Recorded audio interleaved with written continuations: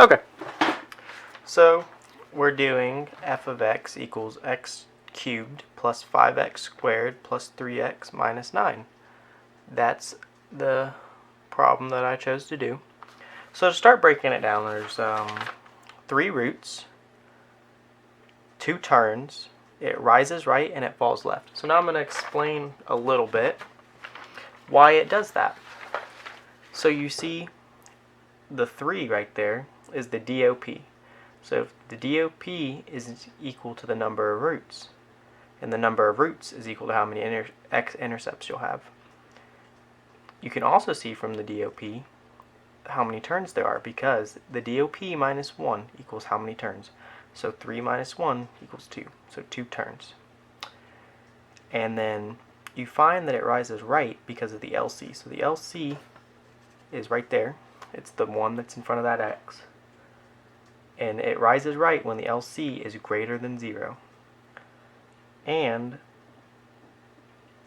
to find that it falls left, you refer back to the DOP, which is odd. It's an odd number. 3 is an odd number. So when it's odd, it does the opposite of the right in behavior, and so then it will fall left because the right rises right and the number is odd. It falls to the left. Okay. Moving on to number B. Number B. That's not how numbers work. B is not a number. So letter B. So we're going to find the y-intercept. So we write it out. We have our equation f of x equals x cubed plus 5x squared plus 3x minus 9. So we're just going to do f of 0 to find the y-intercept. So you plug in 0 for all your x values, you multiply it out, PEMDAS,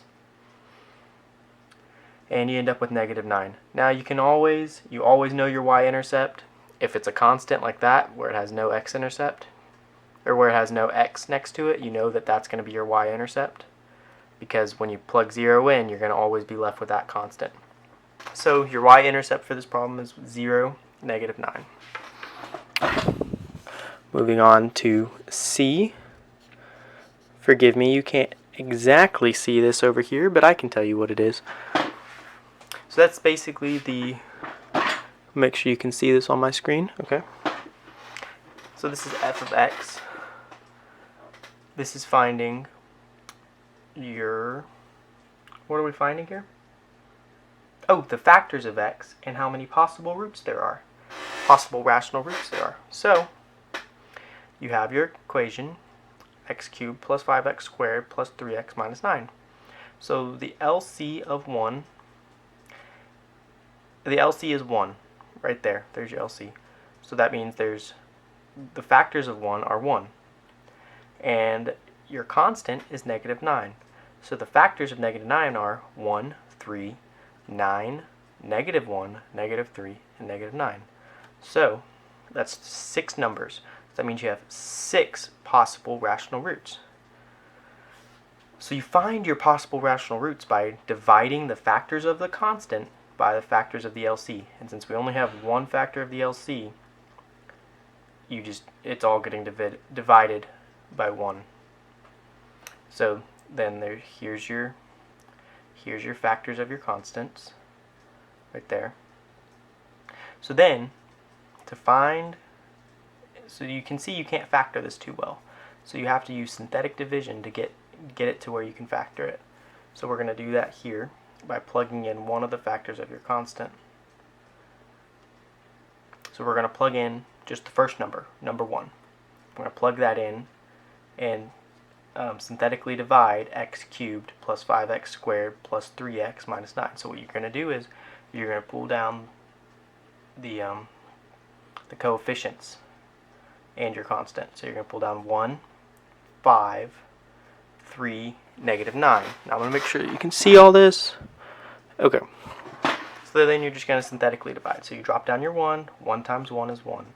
5 plus 1 is 6. 1 times 6 is 6. 6 plus 3 is 9. 1 times 9 is 9. -9 plus 9 equals 0. So there you go. And because your remainder is 0, you know that 1 is an x-intercept. So you see that right here. 1, 0 is an x-intercept. Okay, so I'm going to move you forward a little bit. Okay.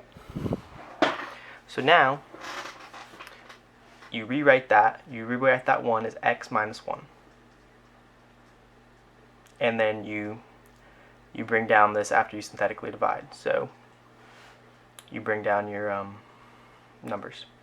So you bring down that 1 to x, and that's x squared. Bring down that 6 to 6x, and you bring down that 9 to plus 9. And then you just factor it. So you can factor using the AC method because it's nice, pretty numbers. So the A is 1, the C is 9, so your AC is 9. So in factors of 9 that add to 6 are 3 times 3. So 3 times 3 equals 9, 3 plus 3 equals 6. It's beautiful, looks good. So we're going to rewrite that as x squared plus 3x and 3x plus 9. And then we're just going to factor that out. So you end up with, you can take an x out of x squared plus 3x, so we have an x out here. And you can take a 3 out of 3x plus 9, so you have a 3 right there. And then you drop it down. And these are your roots. X minus 1 from up here when you did synthetic division, x plus 3 and x plus 3. And even though those are the same, they're still two different roots. So those are your 3 roots. And then I'm going to move this one out of the way. And we're going to put this one in here. I'm going to make sure you can see it. Okay. So now, since those are the same, you can put them together. So that's just going to be x plus 3 squared. So you're going to have x minus 1 and x plus 3 squared. Now we're going to decide whether they're going to cross the x-axis or bounce on the x-axis. So x minus 1 crosses the x-axis because because it has an odd multiplicity. So because the multiplicity is up here, so that's just to the 1 power, and that's odd. So it crosses the x-axis. Because when it has odd multiplicity, it crosses. And then this one, it bounces because the multiplicity is even. That 2 up there is an even number, so then it bounces off the x-axis.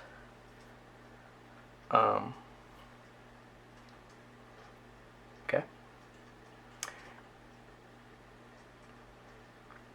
And then we're going to set them equal to 0 to find our x-intercepts. So we have x minus 1 equals 0 and x plus 3 equals 0. Pretty simple math. You just add the 1 on that side and you end up with x equals 1. Subtract 3, x minus 3. So you have 1, 0 as a point and negative 3, 0 as your x-intercepts. Now, to graph it, move that out of the way, get my graph up here.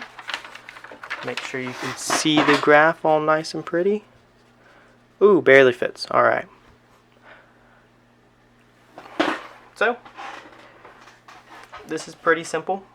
Not much to explain here. We just know that at negative 3, 0, it bounces. So I drew it up. And we know the end behavior to the left falls. So it's falling.